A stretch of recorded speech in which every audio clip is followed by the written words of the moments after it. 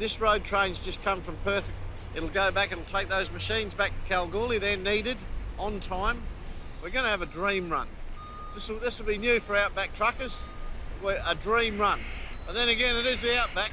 We're fair smack in the middle of Australia, so you never know what can happen. But as he's about to leave, there's bad news from the freight owners. If that's the way it's got to be, then Noodle, that's the way it's got to be. That's the way it is, mate, unfortunately.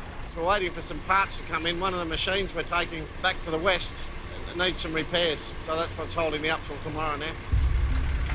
Waiting for the parts puts Steve's tight schedule under even greater pressure. And there's more bad news from the freight owner. Steve's to lose a third of his load.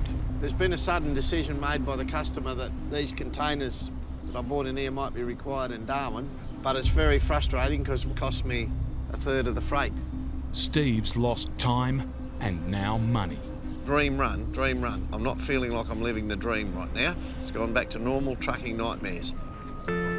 With his dream quickly turning into a nightmare, Steve still has to cross half of the world's largest island.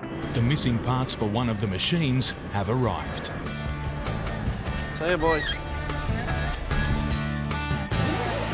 Well behind schedule and with thousands of dollars of work on the line, Steve's 70-ton, 53-metre road train can finally roll out of Alice and hit the tough roads of Central Australia. I've got a couple of thousand k's in front of me. About 1,200 of it's dirt. And Mother Nature and dirt roads have got their little wicked ways of playing all sorts of horrible tricks on you. So we'll see how we go. Steve can only hope the weather gods will be kind. I'm still comfortable with my time to get to Kalgoorlie, but I can't afford any hassles out there. There's been some talk about storms and stuff out there. On these roads, heavy rain can turn dust into mud in a matter of minutes. And mud means the risk of getting bogged. There's 1,200 kilometres of dirt in front of me. And it's the old story. Prepare, be ready. If you're not prepared, well, your dramas just get bigger. Steve knows all too well what he's about to face. This Docker River Road was an absolute nightmare. The corrugations were bloody horrigations. From now on, supplies for Steve and Teeny the dog will be precious. Want a drink? No, I can't waste it. For the next 1,200 kilometres, there's little water, food or fuel. Break down out here and you risk your life. I'm starting to regret those smart statements I made back in Alice Springs about dream run, blue skies and the sun shining all day. Anytime I say I'm going somewhere and it's going to be fine weather, it bloody rains. With his schedule already on a knife edge, bad weather could destroy Steve's chances of making the deadline on this job, risking thousands of dollars of other work. The normal fear with the weather is that we get enough rain that they close the road, and the closed roads cost me time. But another of his old foes has just as big an appetite for destruction. Corrugations. These constant ridges turn dirt roads into bone-shaking highways from hell. Every last nut and bolt on the truck takes a beating. Steve must pull up and check his load regularly. Every stop means more time lost. But push on, and he risks damaging his load, his reputation, and the job. I've just got onto the bad corrugations, and it doesn't take long, only a couple of kilometres. And anything that's going to come loose will rattle loose. And it's not just the freight that's taking a battering. What I've got here is a great big stone cut. A tyre's been ripped clean open.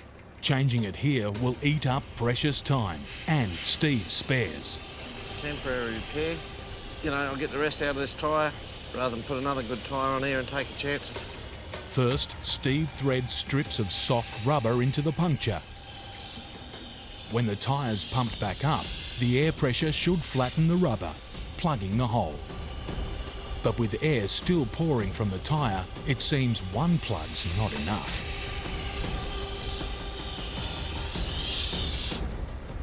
While the tyre's not airtight, Steve's willing to take a gamble. See what I get out of it. As he's getting ready to go, Steve spots another victim of the corrugations. That is to serve yourself right, you know. I meant to tape these plugs yesterday, I didn't, and one's dragged and buggered itself.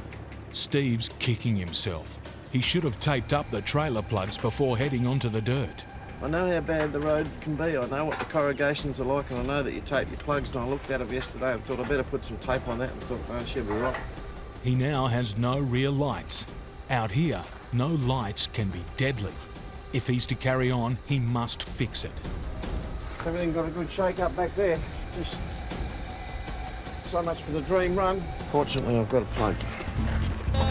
If he can't fix it, he'll have to unhook and turn back for Alice Springs, 400 kilometres away. A delay that could cost him this job and several others. So let's see how good we are. And on. Voila! We have lights. While he has lights, he doesn't have time. It's nearly dark. I've only got an hour or two to go. Steve needs to push on as hard as he can on these rough roads before nightfall. It's amazing what corrugations will do. You don't have to be on the corrugations for long for the little bits of drama to start to set in. Drama is not what Steve needs as he hits one of the most infamous roads in Australia. Well, here we are in the west. We're just crossed the border. We're on the Great Central Road now. We've come off the Chuparuru Road onto the Great Central Road. The Great Central Road links the west with the heart of Australia. It's 1,100 kilometres of red dirt track, straight through the depths of the outback. Few truckers dare to make the crossing. Those that do risk life and limb. Some of these cars out here go back as far, model-wise, as the late 40s. Some of them just perished out here for the want of a bit of petrol or a tyre. Suddenly, in the middle of nowhere, the latest victim of the Great Central Road. I'll pull up here and see what's happening. Just metres away, the same model van is an eerie sight. But this broken down tourist is lucky. A rare passing vehicle was able to help.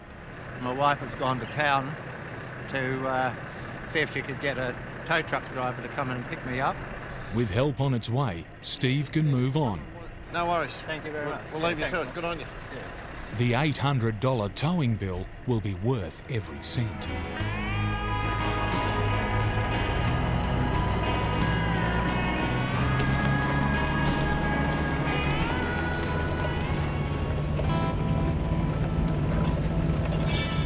It's been a long, tough day.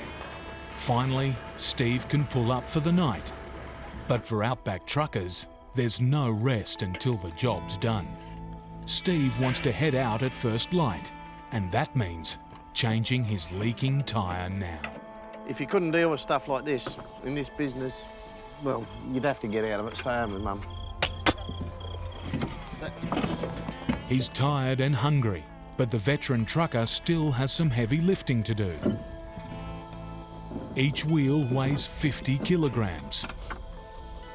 On a bad day, they can take an hour to change. It's dawn. He's had little sleep, but Steve wants to hit the road as early as he can to make up lost time. He can't afford any more delays and needs to make sure his old engine is ready for the last push.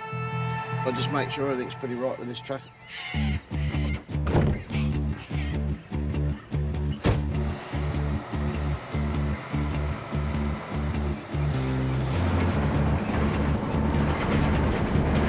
While Steve wants to sprint to the finish line, he still has 300 kilometres of dirt to go. I've got to keep one eye on things because there's little traps just ready to get you at a minute's notice. And it's pretty lonely country out here. And the corrugations are back.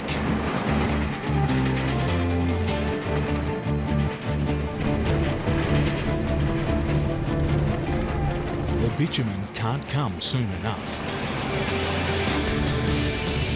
And that's her. That's bitumen. That's the good stuff. Nearly 1,200 kilometres of dirt behind us. And, I don't know, 12 billion corrugations.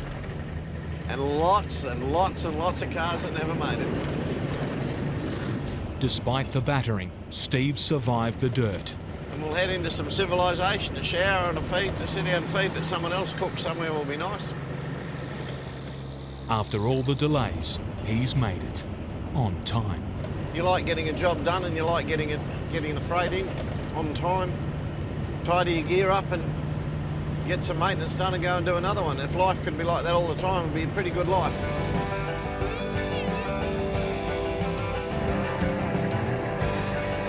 Here we are.